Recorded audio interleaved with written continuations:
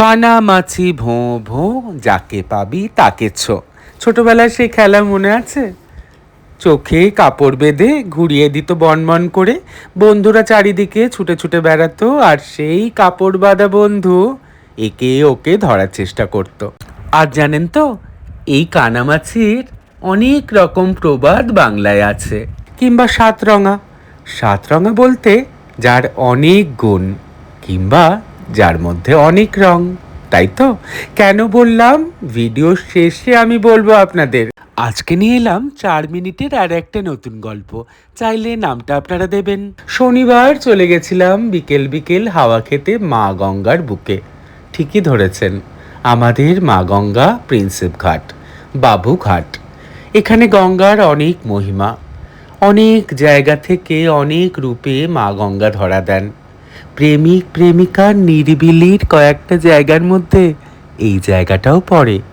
সেই জন্য সন্ধেবেলায় সমস্ত অফিস কাজ কর্ম ছেড়ে সবাই চলে আসে এইখানে।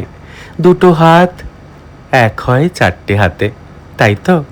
কত মা বাবা সন্তান এখানে হাওয়া খেতে আসে, বিশেষ করে এই গরমে।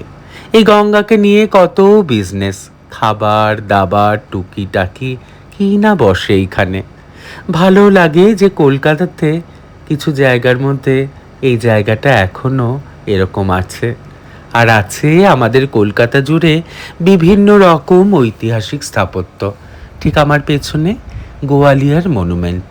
এরকম যে কলকাতা জুড়ে কত স্থাপত্য আছে তার কোনো হদিশ নেই। আপনাদের একটা একটা করে দেখাবো একদিন।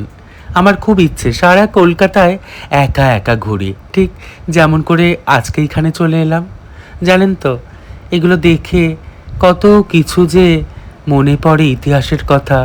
ছোটবেলা থেকে বড়বেলা অবধি কত ইতিহাস পড়েছি কলকাতায়, কিন্তু অনেক ইতিহাসে আবার অনেক কিছুই নেই। যেমন নেই এই যে কিছুদিন আগেই রামনবমী গেছে, এই বীর হনুমানজি, পবনপুত্র হনুমান, ধুমধাম করে পুজোর পর তারপরে স্থান পেয়েছে গাছের নিচে।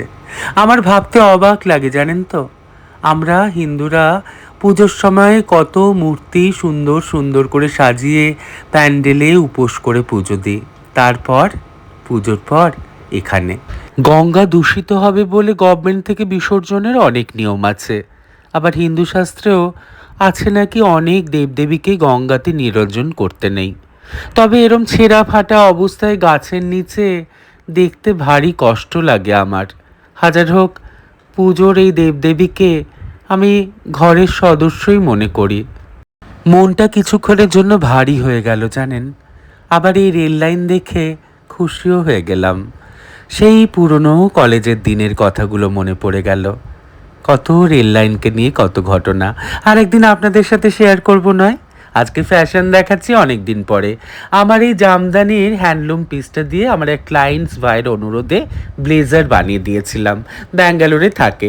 আর সেই দিন আমার ইন্দোনেশিয়ান আমার এক বন্ধু এসে কলকাতায় হাজির, আদিত্য। তাই আর সময়ের সুযোগের সদ্ব্যবহার করতে আমার থেকে আর কে বেশি জানে। ওকে নিয়ে চলে গেলাম টলি ক্লাবে, ফটোশ্যুট করে নিলাম, আর শনিবার রাত্রেই পোস্ট করে দিলাম ব্যাঙ্গালোরে এই ব্লেজার। তারপরে আর কি, শনিবারটা ভীষণ একদম কড়াকড়ি চাপের মধ্যে ছিলাম, বুঝতেই পারছেন। আর বাড়িতে এসে এইগুলো। আমার মালি ভাই উত্তম ভীষণ কামাই করে।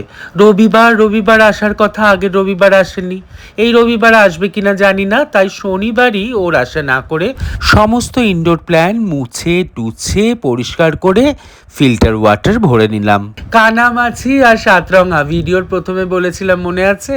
এই দিতি ভাই নাম দিয়েছেন আগের গল্পে সাতরঙা, রুমা দাম চৌধুরী। অনেকগুলো ইনবক্সেও নাম পেয়েছি, তবে এই দুটো নাম আমার ভীষণ পছন্দ। জোহরা জালাম ম্যাডাম নাম দিয়েছে কানামাছি। কিন্তু একটা গল্পের তো একটাই নাম হয়, তাই ভালোবাসার দুটো নাম মিলিয়ে দিলাম সাতরঙা মাছি। কি নামটা মজার না? আমি চললাম আর একটা নতুন গল্পের সন্ধানে। এই গল্পের নামটা দেখে আপনারা কি দেন? সবাইকে ভালো রেখে নিজেকে ভালোবাসবেন। তাহলে আজ আসি।